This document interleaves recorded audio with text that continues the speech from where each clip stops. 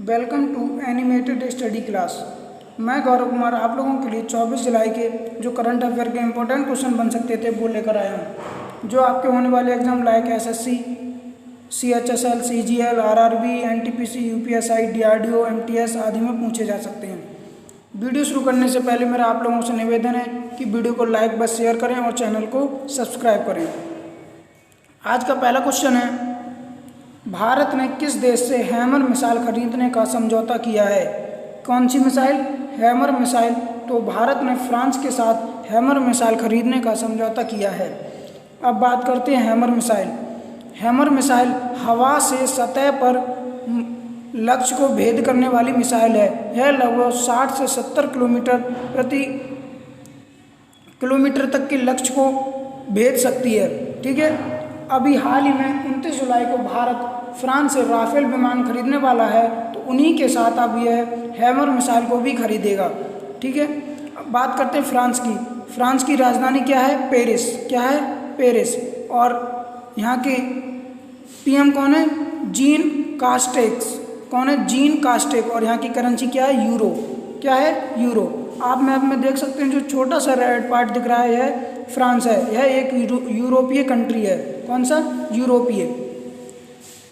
अगला क्वेश्चन है, भारत ने चीन के किस वाणिज्य दूतावास को बंद करने का आदेश दिया है? किसने? अमेरिका ने चीन के किस दूतावास को बंद करने का आदेश दिया है? तो यह है ह्यूस्टन।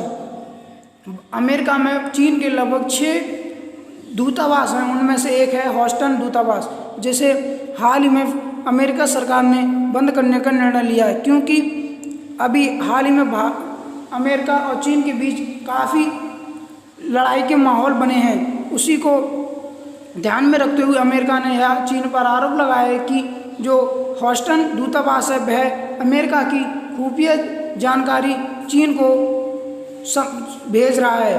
ठीक है। इसी को देखते हुए अमेरिका ने चीन के जो ह्यूस्टन दूतावास है उसे बंद करने का निर्णय लिया है। अब ये जो दूतावास होता क्या है, आप जैसे किसी दूसरे देश में रहने जाते हैं तो वहाँ पर आपके देश का एक दूतावास होता है, जो वहाँ की सरकार है उससे आपके लिए वीज़ा उपलब्ध कराने के लिए आपकी मदद करता है। ठीक है। अगला क्वेश्चन है,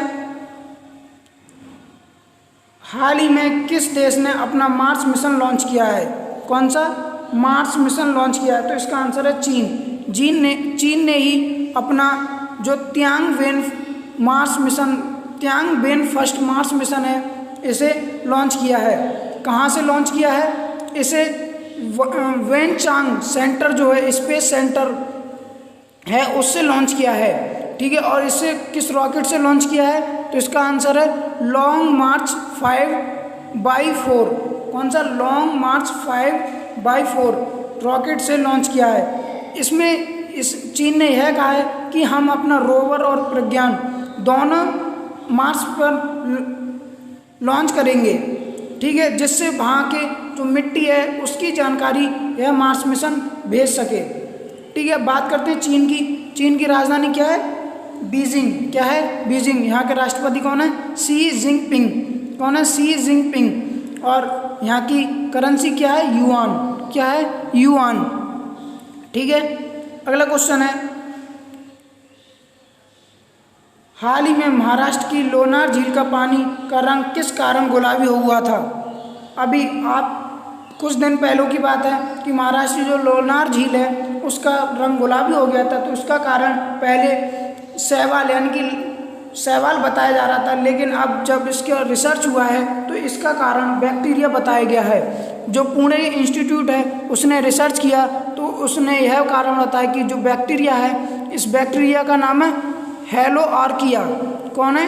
हेलो आर्किया बैक्टीरिया के कारण इस जो लेक है यानी कि झील है इसका पानी गुलाबी हो गया है, क्योंकि यह बैक्टीरिया जहाँ नमक की उपलब्धता ज़्यादा होती है वहाँ पर पनप जाता है वहाँ, इसीलिए इस बैक्टीरिया के कारण इस लेक का पानी यानी लेक का जो पानी है वो गुलाबी हो गया।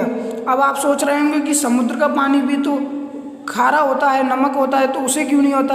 यह बैक्टीरिया उस स्थान पर ज़्यादा पनपता है जहाँ नमक की मात्रा बहुत अधिकता में होती है। ठीक है। अब बात करते हैं महाराष्ट्र की। महाराष्ट्र की सीएम कौन है? उद्धव ठाकरे। कौन है? उद्धव ठाकरे। और यहाँ की राजधानी क्या है? मुंबई। क्या है? मुंबई। ठीक है। और यहाँ के गवर्नर कौन है? भगत सिंह कोश्यारी। कौन है? भगत सिंह कोश्यारी।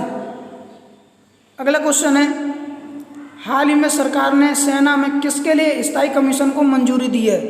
किसके लिए? तो ये जो महिलाएं ऑफिसर हैं उनके लिए सरकार ने जो स्थायी कमीशन है, कमीशन को मंजूरी दे दी है, स्वीकृति पत्र जारी कर दिया है। अब बात करते हैं कि स्थायी कमीशन क्या है। अभी क्या होता था, जो महिलाएं सेना में भर्ती होती थी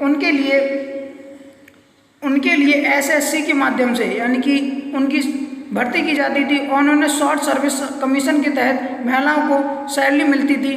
अर्थात अब जब वो रिटायर होती थी उनके बाद उन्हें पेंशन नहीं दी जाती थी। ठीक है। अब क्या होगा, अब जब वो 20 साल की, पहले 14 साल की नौकरी करती थी, अब वह 20 साल की नौकरी करने के पश्चात, रिटायरमेंट के पश्चात उन्हें पेंशन दी जाया करेगी। ठीक है। यह उन महिला अधिकारियों को दी जाएगी जो 20 साल की अपनी नौकरी पूरी करेंगी। अगला क्वेश्चन है, हाल ही में किस राज्य सरकार ने प्रदेश का पहला गोकुल ग्राम खोला है? कौन सा? गोकुल ग्राम। तो इसका आंसर है हिमाचल प्रदेश। आप मैप में देख सकते हैं, ये जो रेड पार्ट दिख रहा है यह हरियाणा है, सॉरी हिमाचल प्रदेश है। ठीक है। अब ये गोकुल ग्राम क्या है, इसमें क्या होगा, 500 गाय जो 500 गाय हैं उन्हें एक जगह पर रखा जाएगा और उनसे उनका जो गोबर होगा, गौमूत्र होगा, उनको विशेष रूप से उन्हें इकट्ठा किया जाएगा और जो गौमूत्र है उसे दवाइयों को बनाने में प्रयोग किया जाएगा और गोबर है जो उनसे कागज, मच्छर भगाने की दवाई, छत की टाइल, सूखा तेल, वाद्य डिस्टेम्पर आदि बनाने और बायोगैस संयंत्र बनाने में उपयोग किया जाएगा। इससे प्रदेश की जो क्षमता है वो बढ़ेगी। ठीक है। अब बात करते हैं हिमाचल प्रदेश की। हिमाचल प्रदेश के सीएम कौन है? जयराम ठाकुर। और यहाँ की राजधानी क्या है? शिमला। क्या है? शिमला। और यहाँ के गवर्नर कौन है? बंगारू दत्तात्रेय। कौन है? बंगारू दत्तात्रेय। अगला क्वेश्चन है, हाल ही में आयरन मैन विश्व चैंपियनशिप को कब तक के लिए रद्द कर दिया गया है? तो इसका आंसर है 2021 तक के लिए आयरन मैन विश्व चैंपियनशिप को रद्द कर दिया गया है, क्योंकि यह कोरोना के कारण हाल ही में कई सारी चैंपियंस को रद्द किया गया है। तो इस आयरन मैन विश्व चैंपियनशिप को भी कोरोना के कारण रद्द कर दिया गया है। यह 2020 में अक्टूबर में होने वाली थी, लेकिन अब इसे अब फरवरी 2021 तक के लिए रद्द कर दिया गया है। अगला क्वेश्चन है, हाल ही में किस राज्य सरकार ने पंचायती राज चुनावों में महिलाओं को 50% आरक्षण देने की घोषणा की है? कितनी? 50%। तो इसका आंसर है हरियाणा। हरियाणा सरकार ने ये जो पंचायती राज चुनाव होते हैं उनमें महिलाओं को 50% आरक्षण देने की घोषणा की है। आप मैप में देख सकते हैं, जो रेड पार्ट दिख रहा है यह हरियाणा है। क्या है? हरियाणा। और हरियाणा के सीएम कौन है? मनोहर लाल खट्टर। कौन है? मनोहर लाल खट्टर। और यहाँ की राजधानी क्या है? चंडीगढ़। क्या है? चंडीगढ़। और यहाँ के गवर्नर कौन है? सत्यदेव नारायण आर्य। कौन है? सत्यदेव नारायण आर्य। ठीक है। अभी हाल ही में हरियाणा सरकार ने प्राइवेट सेक्टर में जो युवा हैं उनको नौकरी देने के लिए 75% आरक्षण देने की, कितनी? 75% आरक्षण देने की घोषणा की थी। किसमें? प्राइवेट सेक्टर में। ठीक है। अगला क्वेश्चन है, हाल ही में इंडिया आइडिया समिट में भारत का प्रतिनिधित्व किसने किया? किसमें? इंडिया आइडिया समिट में। तो इसका आंसर है नरेंद्र मोदी। किसने? नरेंद्र मोदी जी ने। इसमें क्या होगा, भारत देश में कारोबार को बढ़ाने के लिए जो विदेशी कंपनियां हैं उनको लुभाने के लिए इस इंडिया आइडिया समिट को किया गया था। ठीक है। और इसे माननीय नरेंद्र मोदी जी ने प्रतिनिधित्व किया था। अगला क्वेश्चन है, हाल ही में किस कंपनी ने वॉलमार्ट इंडिया का अधिग्रहण कर लिया है? यह जो एक वॉलमार्ट इंडिया कंपनी है इसका अधिग्रहण कर लिया है। इसका आंसर है फ्लिपकार्ट। किसने? फ्लिपकार्ट ने ही वॉलमार्ट इंडिया कंपनी का अधिग्रहण कर लिया है। और अभी हाल में फ्लिपकार्ट ने होलसेल डिजिटल बाजार शुरू किया है। किसने? फ्लिपकार्ट ने। इसमें क्या होगा, कंपनियों के बीच आपस में कारोबार को बढ़ावा देने के लिए एक दूसरे के साथ मिलकर काम किया जाएगा। ठीक है, अगला क्वेश्चन है, हाल ही में अंतर्राष्ट्रीय रेलवे संघ का उपाध्यक्ष किसे नियुक्त किया गया है? किसका? अंतर्राष्ट्रीय रेलवे संघ का उपाध्यक्ष। तो इसका आंसर है अरुण कुमार। अरुण कुमार को ही अंतर्राष्ट्रीय रेलवे संघ का उपाध्यक्ष नियुक्त किया गया है।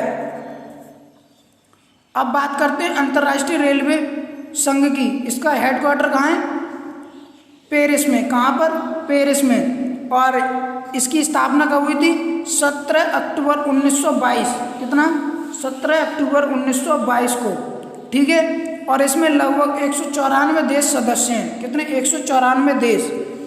ये जो आपको अरुण कुमार दिख रहे हैं, यह एक आईपीएस हैं। कौन है? एक आईपीएस ऑफिसर हैं।